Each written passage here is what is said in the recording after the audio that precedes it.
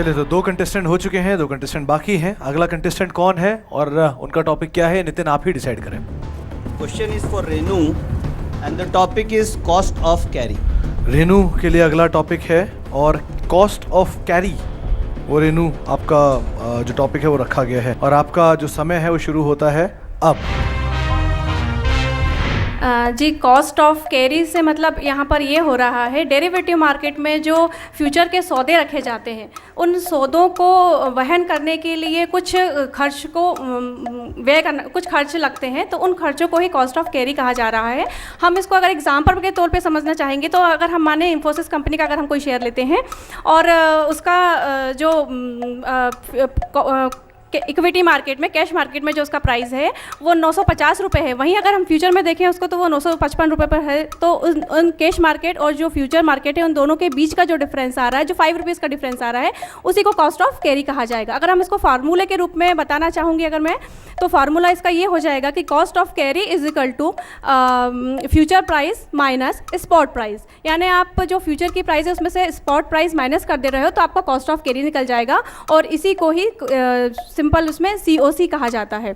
और एक चीज़ और है इसमें कि जो डिविडेंड है वो, यानी कि जो डिविडेंड है वो उसमें शामिल नहीं होगा और जो स्टोरेज जैसे जो एक्सपेंसेस होते हैं वो इसमें शामिल किए जाएंगे। हो गया? ओके। चलिए, 24 सेकंड आपने अभी बचाए हैं। एक बेहतरीन गृहिणी की तरह आपने फिर से यहाँ पे बचत की है। कौन आपका सवाल लेकिन क्या होगा? रेनू, आपने इनिशियल अच्छा एक्सप्लेनेशन दिया, लेकिन I think maybe I will go into a bit of technicals. ये जो कॉस्ट ऑफ कैरी है उसे एक कॉन्सेप्ट हुआ करता था 20 साल पहले बॉम्बे स्टॉक एक्सचेंज पे। उसे क्या कहते थे उस टर्म को? सर अभी मैंने ट्रेडिंग स्टार्ट की है, मुझे डेरिवेटिव मार्केट का ज़्यादा नॉलेज नहीं है तो मुझे आइडिया नहीं है क्या है। वेल, कभी भी आप कुछ कॉन्सेप्ट सीख रहे हो तो उसका पूरा हिस्टोरिकल नॉलेज होना बहुत ज़रूरी है। तो कई साल पहले बॉम्बे स्टॉक एक्सचेंज पे बदला हुआ करता था। पुराना जो नाम था उसका बॉम्बे स्टॉक एक्सचेंज का, बॉम्बे स्टॉक एक्सचेंज पे एक बदला करके एक प्रोडक्ट था। जी जी। तो that was the interest cost that was there.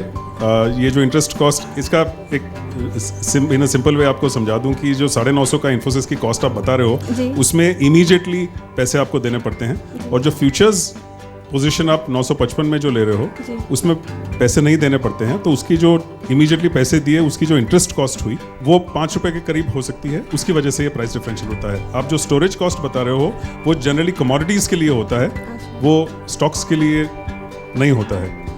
तो may be again going into a bit of technical, जैसे टेक्निकल लैंग्वेज में इसे क्या शब्द कहते हैं कॉस्ट ऑफ कैरी को? Technical, Okay, can you explain the concept of reverse cost of carry? Reverse cost of carry, यदि जैसे मैंने अभी बताया था कि 950 पे इक्विटी मार्केट में, कैश मार्केट में है और फ्यूचर में वो 955 पे है। अगर इसका रिवर्स होता है, इसका उल्टा होता है, अगर 955 की जगह पर अगर वो 940 पे आ जाता है या 45 पे आ जाता है तो इसे रिवर्स कॉस्ट ऑफ कैरी कहेंगे, ये माइनस में हो जाएगा। तो ये किस कारण से हो सकता है? अगर फ्यूचर में जो बढ़ रहा था, जो मार्केट जो फ्यूचर में ऊपर जा रहा था, अगर वो नीचे आता है तो इस कारण से माइनस में कॉस्ट ऑफ कैरी जाएगी।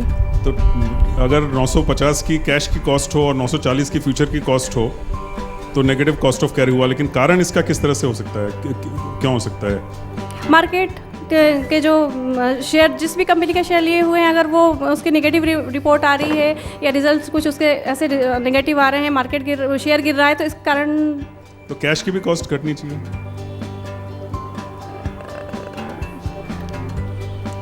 Sorry sir. वेल फाइन, इसका ये भी आपको समझा दूं, it could be generally because there could be a dividend that could be coming, या फिर काफ़ी शॉर्ट पोजीशंस किसी कारण से बिल्ड हुई है, इस कारण से हो सकता है। चलिए, अगले कंटेस्टेंट की तरफ रादर चलते हैं और नितिन आपसे मैं रिक्वेस्ट करना चाहूँगा कि आप कंटेस्टेंट का नाम और उनका टॉपिक बताएं। रादर नाम तो हितेश है, माफ़ कीजिएगा मनोज है, लेकिन उनका टॉपिक क्या है? Long hedge. Long hedge. चलिए, तो लॉन्ग हेज आपका टॉपिक है। 90 सेकंड आपको उसके लिए मिलेंगे और आपका समय शुरू होता है अब। लॉन्ग हेज जनरली मैन्युफैक्चरर और प्रोड्यूसर द्वारा यूज़ किया जाता है। इसमें तो हम उस कमोडिटी का फ्यूचर खरीदते हैं और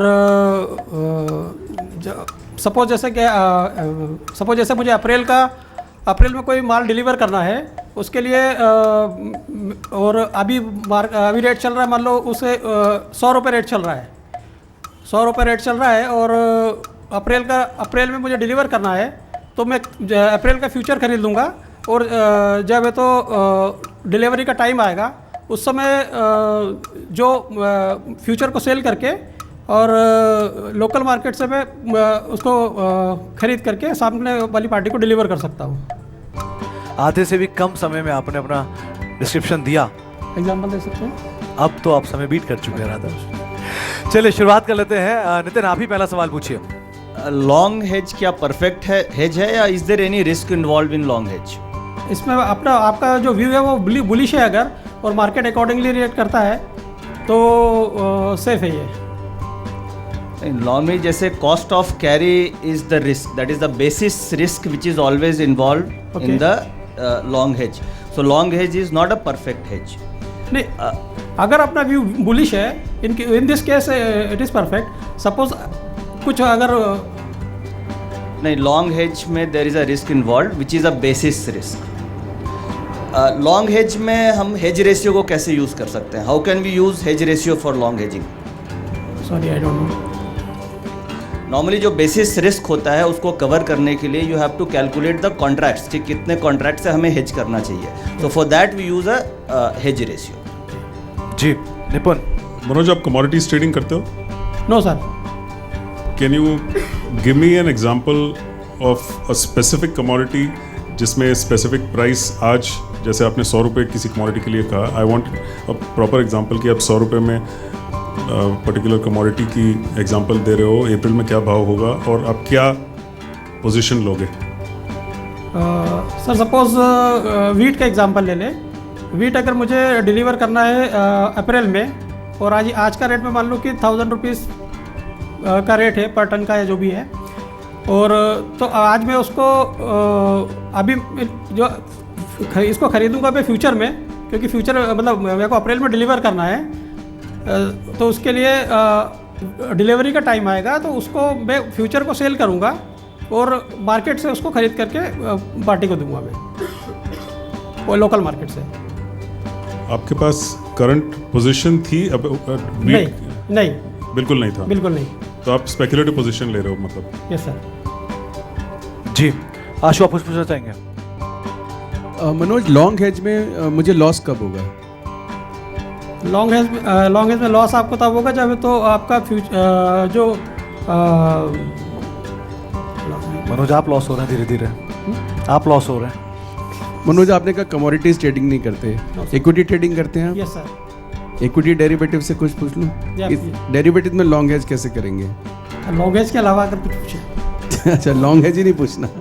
अब ये तो अब जी बिजनेस, बॉम्बे स्टॉक एक्सचेंज, ये सब इन्होंने जो है, हम तो जूरी है, मैं क्वेश्चन अपने से नहीं पूछ सकता, वो राउंड ज़रूर आएगा।